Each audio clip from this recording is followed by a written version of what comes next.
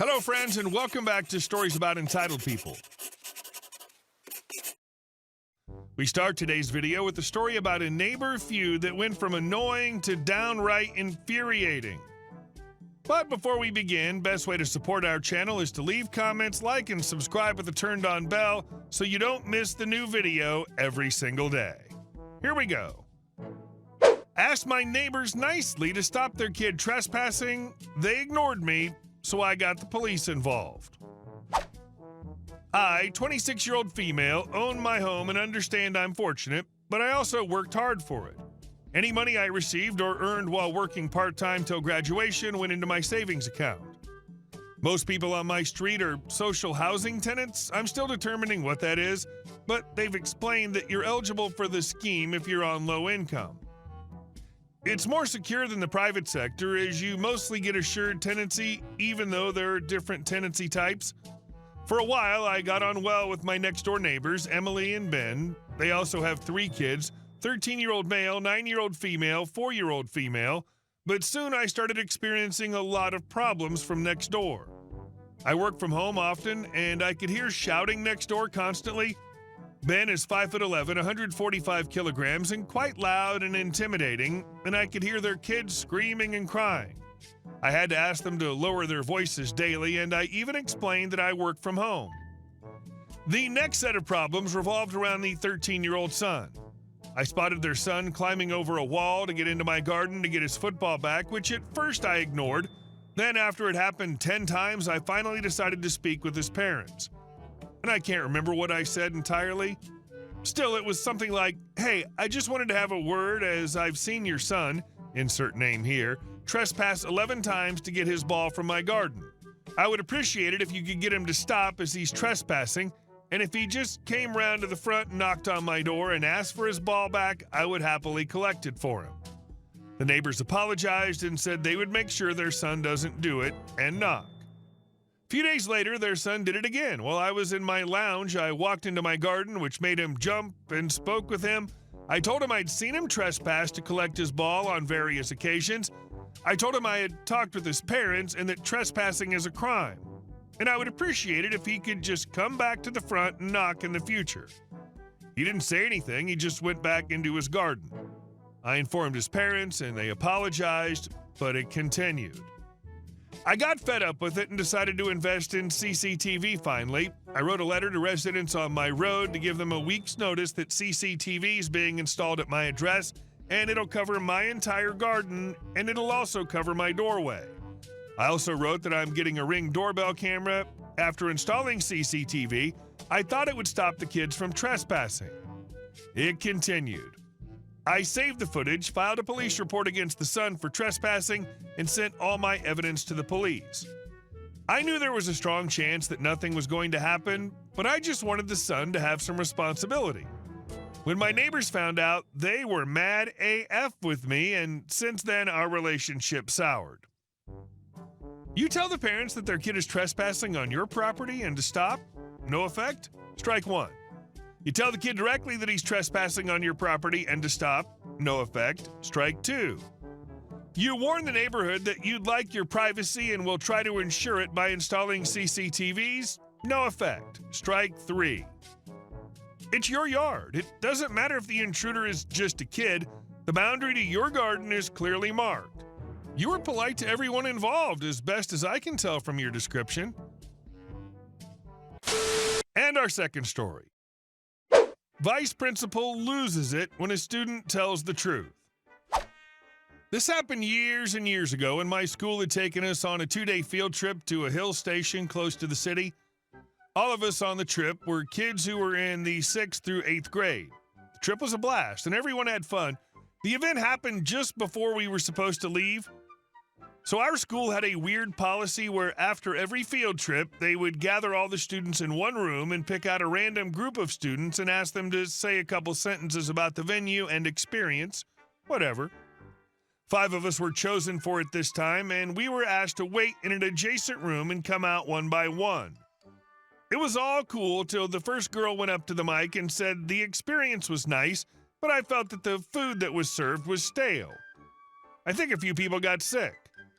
As soon as she finished speaking, the vice principal flew into a rage as she descended on this poor girl and started screaming, "Who do you think you are? These guys have been working super hard for us all weekend. If you don't have anything good to say, don't say anything at all." Now, her reaction might not make sense, but the hotel where we were staying at belonged to some relative of hers, which is probably why we were there in the first place, and she felt some type of way about it. The girl almost started crying as she came back to us. I was next up, so I was standing and waiting, but the VP went on a long rant about being well-behaved and setting a good example. I think at this point it's worth talking about one of the other kids chosen to do this pointless exercise. He was an older kid in the 8th grade, and he had an accident on the trip, so his arm was slinged up. The accident was, I think, caused partly by negligence from the hotel staff. I'm blanking on the details right now, and he was fully prepared to talk about it. So this tantrum made him especially pissed, especially because the same VP had refused to send him home early from the trip because it would cost too much. He told us this later. This guy holds my arm and tells me, "Hey, she said don't say anything if it's not good, so don't say anything." So I went out, stood there for a few seconds, said, "I don't have anything to say," and came back. The kids who went after me did the same. This guy went last. He goes up to the mic, and at this point, the VP is shouting again, "Did you do this? Don't you dare say nothing," or something of this sort. He says, "I loved being here, glad that I was able to be here even after I hurt my arm. I'll be really sad now that I have to go back to my parents and an actual doctor." The vice principal lost her crap at that. Most of the kids were too young to understand sarcasm, but they definitely did start laughing at her. She threatened to suspend, fine everyone there, and she delayed the buses back to our town by 2 hours as punishment. A few days later, they called my parents in for a disciplinary hearing, and the VP started narrating the story to them. When she got to the point about the complaint from that first girl, my dad said, "Wait, so the hotel was serving stale food?" I think the VP kind of got shook by that a bit because I was asked to go back to class shortly after, and nothing else came of it. Edit. As I'm remembering some more details slowly, I'm not sure if that older kid for sure had a broken arm, but I just remember that it was in a weird sling and he was wearing some sort of a wrist brace. There were smaller clinics in the area, so he may not have been completely neglected in terms of immediate medical attention. I love how your father Uno reversed the entire argument when the VP said what the first girl said. Not gonna lie though, I'd be really mad if it turns out my child was served stale food. Like, "Sweetie, don't go back to class yet. I demand answers, and I need you as my witness" type of anger. And our next story. Karen, the cat, and the cougar. My name's Alex. I'm 23 and work as a mechanic at a local auto shop in a suburb somewhere in Indiana. I live in an old house my dad let me use. He's a retired military guy who now runs a roadside diner.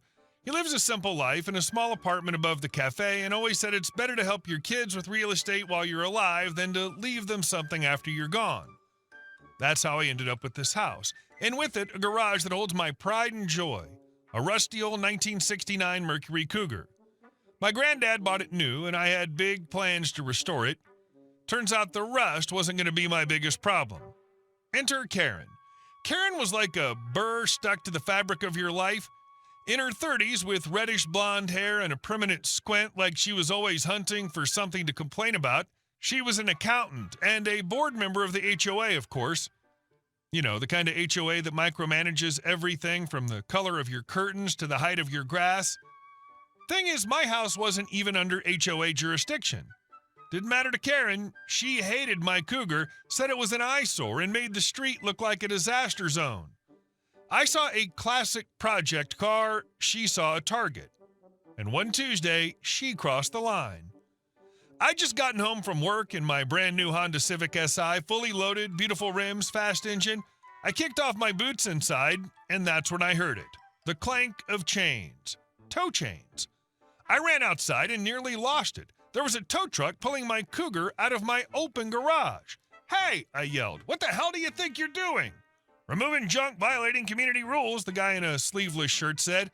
"That's my property, and you're on private property." Karen from the HOA said the vehicle wasn't allowed here, he shrugged. Then it clicked. The patch on his arm said Dale's Towing Service. Dale, Karen's brother. A nice little family business of towing tyranny. I stopped the tow with help from the cops, but not before the car got damaged during loading. I was filming everything while trying to get answers, and there she was, Karen, leaning on her porch railing, smiling like she just won a lawsuit. Now, picture her face when the next day I dropped by my dad's diner and said, "Hey, Dad, I think it's time to say goodbye to Karen." What happened? She had my car towed out of the garage. No permission. Her brother did it.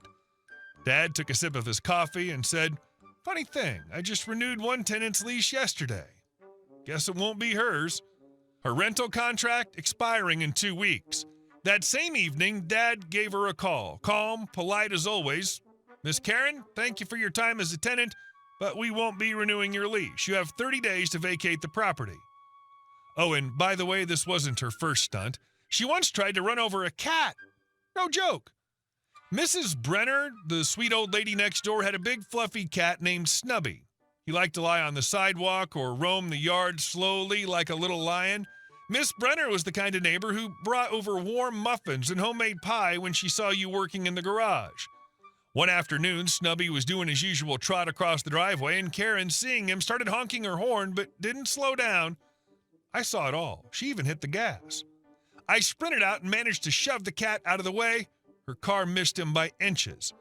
Mrs. Brenner was shaken up so badly she had a blood pressure spike and we had to call an ambulance. Karen's only reaction?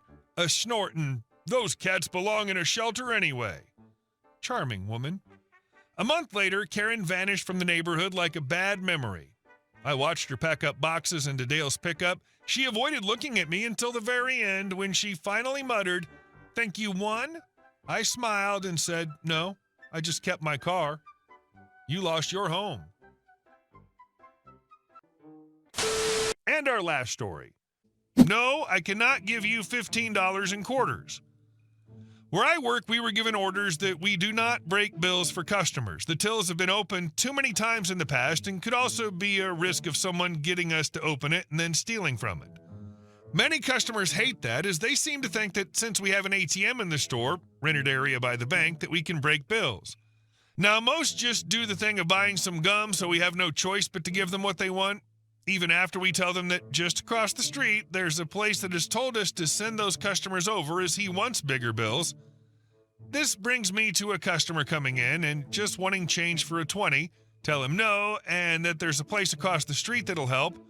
He goes back into his car, asks what I think is his wife, what she wants, comes back in, gets some gum, and says, "Now can I get $15 in quarters?" And I tell him no, since I do not have that much in my till.